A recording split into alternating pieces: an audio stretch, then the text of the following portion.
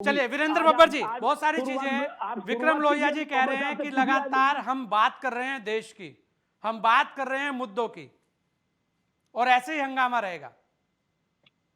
देखिए, मैं सुन रहा था कांग्रेस के प्रवक्ता आदरणीय मेरे भाई को, जिस प्रकार से भाजपा के बारे में इन्होंने बात की। विषय तो कुछ और था, परंतु इन्होंने बात की आडवाणी जी हमारे पार्टी के सीनियर नेता हैं, अटल जी का नाम लिया इन्होंने और बताया कि भारतीय जनता पार्टी में उनका सम्मान नहीं है, जबकि पूरा देश देखता है अलग अलग अवसरों पर हमारे प्रधानमंत्री, हमारे गृह मंत्री, हमारे राष्ट्रीय अध्यक्ष माननीय आडवाणी जी के घर जाकर के स्वयं उनका आशीर्वाद लेकर के आते हैं। हाँ, ये जरूर भूल गए बात करते समय कि कांग्रेस के अध्यक्ष रहे सीताराम केतरी जी के साथ कांग्रेस ने क्या किया था। इनके यहाँ एक प्रथा है, ना खाता ना दही, जो गांधी परिवार के है उनसे विषय से भटक जाते हैं, विषय कुछ और, विषय कहीं और ले जाते हैं, कहना कुछ और है, चले कहीं और जाते हैं। अब देखिए, जिस प्रकार से सजा राहुल गांधी जी को हुई, जिस विषय से संबंधित सजा हुई, जो उन्होंने अपराध किया, जो गलती की, उसके ऊपर सजा हुई और पूरी दिल्ली में, देश में शोर मचा रहे हैं कि हम अडानी का विरोध कर रहे हैं, इसलिए हमें ये सजा हुई। अरे भाई, अडानी का विरोध कर रहे हो, आपका अधिकार है, लोकतांत्रिक देश है, लोकतांत्रिक तरीके से आप अपना विरोध कीजिए। इनकी ये सिस्टम है। अभी जिस प्रकार के राजनीतिक जो हमारे विशेषज्ञ बैठे हैं, वरिष्ठ पत्रकार हैं, उनके बारे में उन्होंने शब्दों का इस्तेमाल किया कि वो चाटुकारिता करते हैं। कांग्रेस की एक कल्चर बन चुकी है, कांग्रेस की एक स्थिति बन चुकी है कि जो भी आप कहेंगे, अगर तो वो इनकी मर्जी के अनुसार होगा, अगर तो वो इनकी मर्जी के अनुकूल होगा, तब तो ठीक है, नहीं तो वो गलत है। चुनाव आयोग अगर इनके फसले, अगर ये चुनाव जीत जाते हैं तो चुनाव आयोग बिल्कुल ठीक काम कर रहा है। अगर चुनाव ये हार जाते हैं तो चुनाव आयोग पक्षपात कर रहा है। कोर्ट में इनके पक्ष में फैसला आए तो कोर्ट बहुत अच्छा काम कर रही है, इनके खिलाफ फैसला हो जाए तो कोर्ट पक्षपात कर रही है। पत्रकार महोदय चैनल पर बैठ करके इनके पक्ष में बात करें तो वो बहुत अच्छी बात करते हैं, निष्पक्ष बात करें तो वो चाटुकारिता कर रहे हैं। इस चीज से बाहर आना होगा, इस चीज से इनको बाहर आना होगा।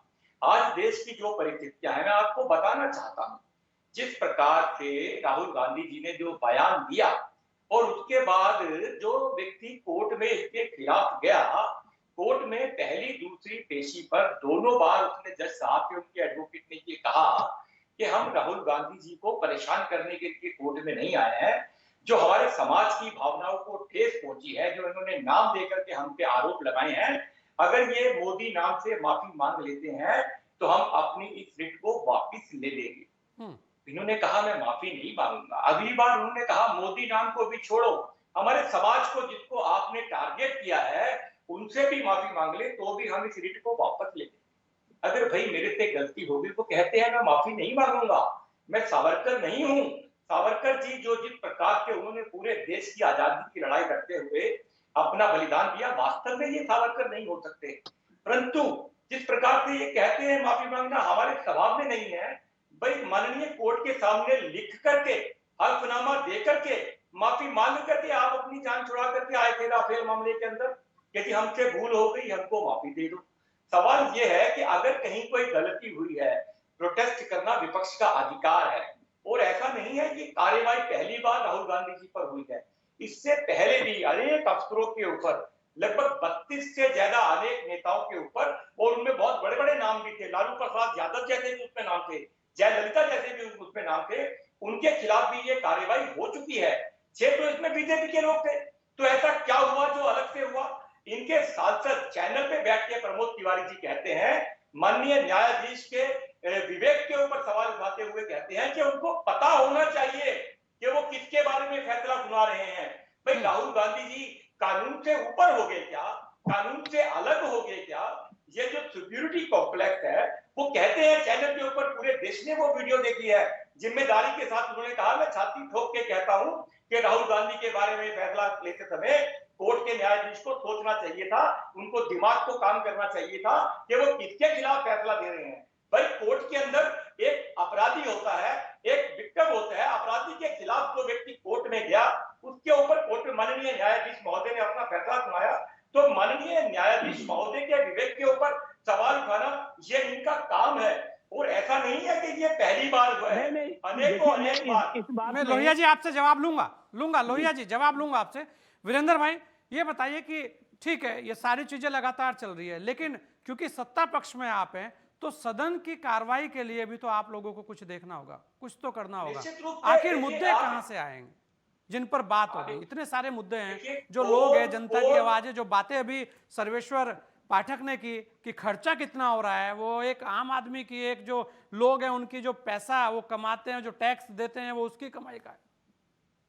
देखिए, देश के सबसे बड़े राजनीतिक रहे रहे देश के सबसे बड़े राजनीतिक दल रहे 60 साल तक जिन्होंने इस देश में राज किया, उनके नेता को अपने विवेक के ऊपर एक बार सोचना चाहिए कि वो कहां बैठ करके क्या बात कर रहे हैं।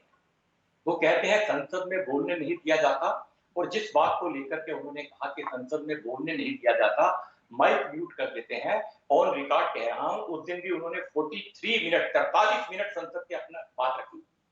क्या ये वो संसद की बात करते हैं? ब्रिटेन में जाकर के कहते हैं कि देश में लोकतंत्र खतरे में है, लोकतंत्र खत्म हो गया है। अमेरिका और ब्रिटेन से अपील करते हैं कि आप चुप क्यों हैं? और ये उस संसद की बात करते हैं जिस संसद के अंदर देश के प्रधानमंत्री के कंधे पर हाथ रखते हैं, अपने सांसदों को आंख मारते हैं। ये पूरी दुनिया ने देखा। क्या विदेश में बैठ करके अपने देश के बारे में, अपने देश के लोकतंत्र के बारे में इस प्रकार से सवाल उठाना क्या उचित है? जब इस देश के अंदर ये मांग की जाती है कि आप इस गलती के लिए माफी मांगिए, भाई गलती करिए तो माफी मांगनी चाहिए ना।